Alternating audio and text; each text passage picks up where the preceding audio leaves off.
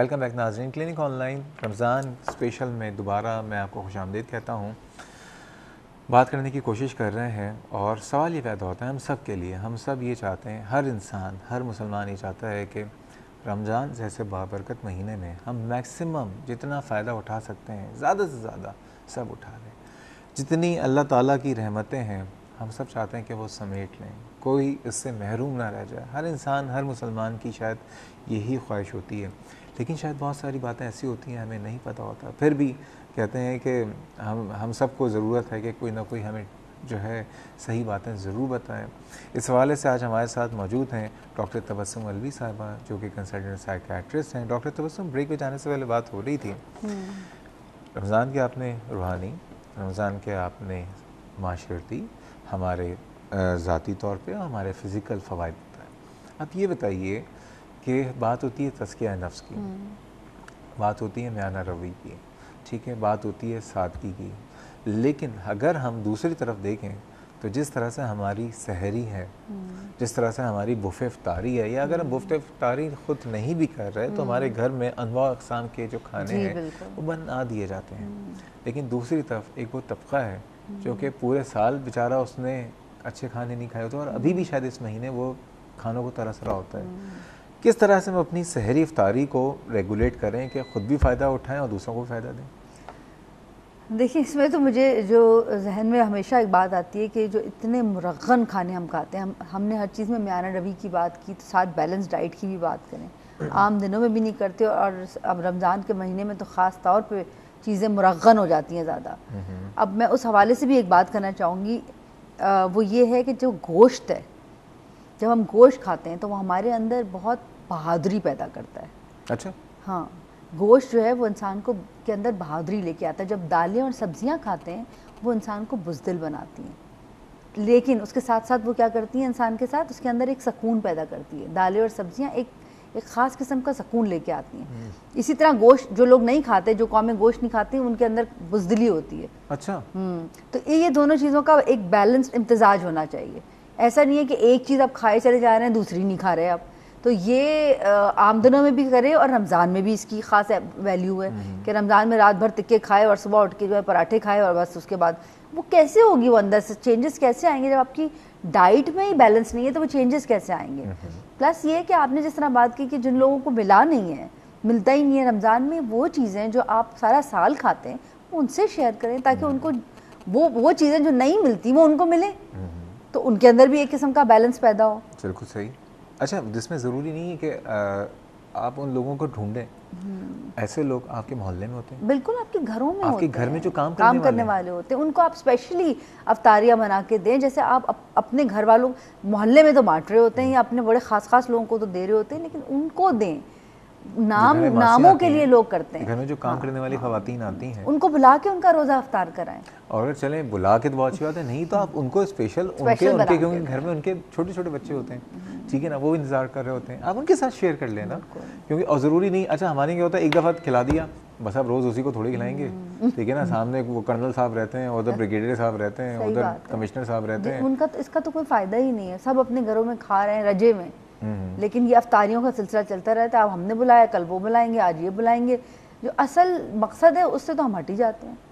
کریں، ضرور کرنا چاہیے، میں نہیں سمجھتی کہ انسان نہ کرے. سوشل انٹریکشن بھی بہت ضروری ہے، لوگوں کے ساتھ ملنا جلنا بھی ضروری ہے، لیکن ہم اپنے جو مرکز ہے اس سے ہٹ جاتے ہیں. آپ ایک بات بتائیے بالکل انصاف سے، اور میرے خیال میں آپ تمام لوگ بھی شاید مجھ سے اگری کریں گے، جب کسی کی ہیلپ کرتے ہیں، چاہے کسی کو کھانا کھلا کے، چاہے فزیکلی کسی کی ہیلپ کر کے، چاہے مانیٹرلی کسی کو تکلیف میں، کسی کے مشکل مرحلے میں آپ اس کی مانیٹرلی کہیں پیسوں سے اس کی ہیلپ کر دیں، ایک سکون ملتا ہے. اور وہ سکون آپ دنیا بھر کے کہیں بفے ڈنر کر لیں، کتنے بھی کھانے کھا لیں، وہ نہیں ملتا. کھانا کھا کے زیادہ تو پیٹ خراب ہوتا ہے، بدہضمی ہو جاتی ہے، البتہ سکون نہیں ملتا. رات میں اور ڈکاریں آتی ہیں، نیندیں نہیں آتی نا. تو یہ جو کام ہے، اپنے کھانے، اپنی افطار، اپنی سحریاں، کیا پہلی بات آپ لوگوں کو پکوڑے سے منع کر رہی ہیں؟ لوگ یہ سمجھتے ہیں ہم ڈاکٹر ہیں، یہ منع کر رہے ہیں، یا جلیبیوں سے منع کر رہے ہیں، دہی پھلکیوں سے منع کر رہے ہیں. اور دوسرا اگر آپ جب شیئر کر رہے ہوتے ہیں، اس سے جو ایک خوشی ملتی ہے آپ کو کہ آج آپ نے کسی ایسے انسان کو جس نے پورے سال ان تمام چیزوں کی شکل نہیں دیکھی ہوتی، اس کا کتنا فائدہ؟ دیکھیں یہ بڑا ایک گہرا فلسفہ ہے بیسیکلی میرے حساب سے. یہ جو انسان کی زندگی ہے اس کا مقصد کیا ہے؟ ہم ساری زندگی اس تگ و دو میں لگے رہتے ہیں. اب ہم پڑھ لیں، پھر ہماری شادیاں ہو جائیں، پھر ہمارے بچے ہو جائیں، پھر گھر بن جائے، پھر یہ مل جائے، پھر وہ مل جائے، پھر چیزیں مل جائیں، پیسہ مل جائے، اسی میں لگے رہتے ہیں. لیکن اس میں ہم یہ بھول جاتے ہیں کہ ہمارا مقصد کیا ہے. وہ ہے نا ایک مقصد، کیونکہ جو مقصد ہے وہی سکون دیتا ہے. اور وہ اصل میں مقصد یہ ہے کہ اللہ تعالیٰ نے ہم سب میں کوئی پوٹینشیلز رکھے ہیں اور وہ ہر بندے کے ڈفرینٹ ہیں. ان پوٹینشیلز کو یوٹیلائز کریں اور وہ جو آپ نے حاصل کیا ہے اس کو دیں. پہلے لیں پھر دیں. جب دیتے ہیں تو سکون ملتا ہے. سکون ملے گا ہی جب، ورنہ آپ دنیا کی سب چیزیں حاصل کر لیں سکون نہیں ملے گا. صحیح کہہ رہی ہیں. ہر وقت انسان کے اندر وہ رہے گی اور مل جائے اور مل جائے اور مل جائے. لیکن جب دینے کا مزہ پڑ جائے تو پھر وہ مزہ ہی کچھ اور ہے. بے شک. مگر اس کو میرا خیال ہے کہ سب لوگ ایکسپیرینس کرتے بھی نہیں ہیں اور کرنا چاہتے بھی نہیں ہیں. یا شاید اس کو اس چیز لوگوں کو شاید اس مزے کا پتہ بھی نہیں ہوتا کہ یہ ہے کیا چیز. تو میرا خیال ہے اس کو ایکسپیرینس کر کے دیکھنا چاہیے. جتنی بھی چیزیں اللہ تعالیٰ نے ہمیں قرآن میں فرمائی ہیں وہ سب ہمارے ہی فائدے کے لیے ہیں. لیکن ہم یہ نہیں سوچتے کہ ہمارا فائدہ کیا ہے اس میں. سوچے تو صحیح، اگر نماز ہی 5 ٹائم کہی تو اس میں بھی ہمارے ہی فائدے ہیں سارے. اسی طریقے سے رمضان میں روزے ہیں، اس میں بھی سارے فائدے ہمارے ہی ہیں. بالکل آپ نے صحیح کہا، بالکل صحیح کہا. وہ کہتے ہیں نا کہ درد دل کے واسطے پیدا کیا انسان کو، ورنہ اطاعت کے لیے کچھ کم نہ تھے کرو بیاں. بالکل صحیح. ٹھیک ہے نا. اللہ تعالیٰ کو اپنی اطاعت کے لیے تو فرشتے اتنے موجود ہیں، لیکن ہم سب کا ایک فرض یہ کہ انسانیت کو سمجھیں. وہ الگ بات ہے کہ ہم تو آپس میں ایک دوسرے کے دست و گریباں ہیں. یہ بتائیے آپ نے کہا نا کہ نمازیں، عبادتیں، ٹھیک ہے نا، اور یہ مین مقصد یہ ہوتا ہے کہ اپنے آپ کو، اپنی ٹینشنز جو ہیں، ہمیں تو کتنا فائدہ ہے. ساری ٹینشنز اللہ تعالیٰ کے آگے ڈال دیتے ہیں ہر نماز کے بعد. اب وہ لوگ جو کہ انزائٹی کا شکار ہیں، ہر وقت گھبرائے ہوئے ہیں، پریشان ہیں، انزائٹی ہے، رمضان ان کے لیے کتنا فائدہ مند ہے؟ رمضان میں فاسٹنگ جو ہے وہ جتنی بھی سائیکائٹرک ڈیزیز ہیں ان سب کے لیے اس میں فائدے ہیں موجود ہیں. بالکل. ابھی میں ایک اسٹڈی پڑھ رہی تھی کہ ایک جگہ کے اوپر کچھ لوگوں نے اسکیزوفرینک پیشنٹس کو فاسٹنگ کرائی تو وہ اسکیزوفرینک پیشنٹس کی امپروومنٹ میں خاطر خواہ فائدہ ہو گیا کہ جب ان کو فاسٹنگ کرائی گئی تو دیکھا کہ وہ بہت بہتر ہو گیا. اچھا، اسکیزوفرینیا ساتھ میں بتا دیجیے ان تمام لوگوں کے لیے کون سی بیماری ہے؟ اسکیزوفرینیا جو ہے وہ ایک ذہنی بیماری ہے جس میں انسان کو مختلف قسم کی آوازیں آتی ہیں یا ان کو اس قسم کے خیالات پیدا ہو جاتے ہیں، شکوک و شبہات کے خیال پیدا ہو جاتے ہیں. ایسا لگتا ہے کہ دوست دشمن ہیں، لوگ دشمن ہیں، ان کو کنٹرول کیا جا رہا ہے کوئی غیبی طاقت کے ذریعے. نہ وہ اپنا جسمانی خیال رکھتے ہیں، نہ ان کو کوئی اپنا ہوش ہوتا ہے اگر بہت ایکسٹریم ہو جائے تو.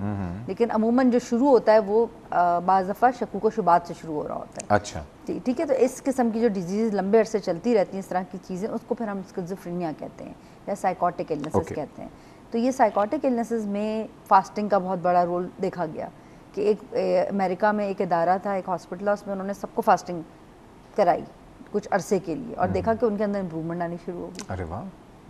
اسی طریقے سے انگزائٹیز اینڈ ڈپریشن، اس میں بھی کہتے ہیں کہ فاسٹنگ کا رول ہے کہ فاسٹنگ سے ان کے اندر ایسے نیورو ٹرانسمیٹرز ریلیز ہوتے ہیں کہ وہ بہتر ہونا شروع ہو جاتے ہیں فاسٹنگ سے. اچھا، اس پہ کوئی پاکستان میں کوئی ریسرچ ہوئی ہے؟ پاکستان میں کوئی ریسرچ نہیں ہوئی ہے، لیکن میں نے باہر کی ریسرچز دیکھی ہیں کہ اس کے اندر کہا گیا ہے کہ جتنی بھی سائیکائٹرک ڈیزیز ہیں وہ سب بہتر ہو جاتے ہیں. یا لوگوں کے پرسنل ایکسپیرینسز لوگوں نے آپ سے شیئر کیے ہیں جن کو کسی طرح کی انزائٹی یا ڈپریشن کی پرابلمز ہیں؟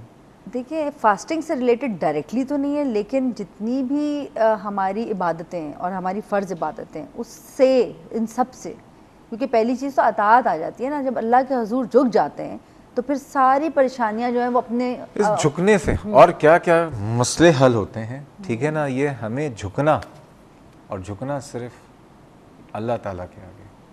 کہتے ہیں نا جو اللہ کے آگے جھکتا ہے وہ کسی اور کے آگے جھک ہی نہیں سکتا ہے.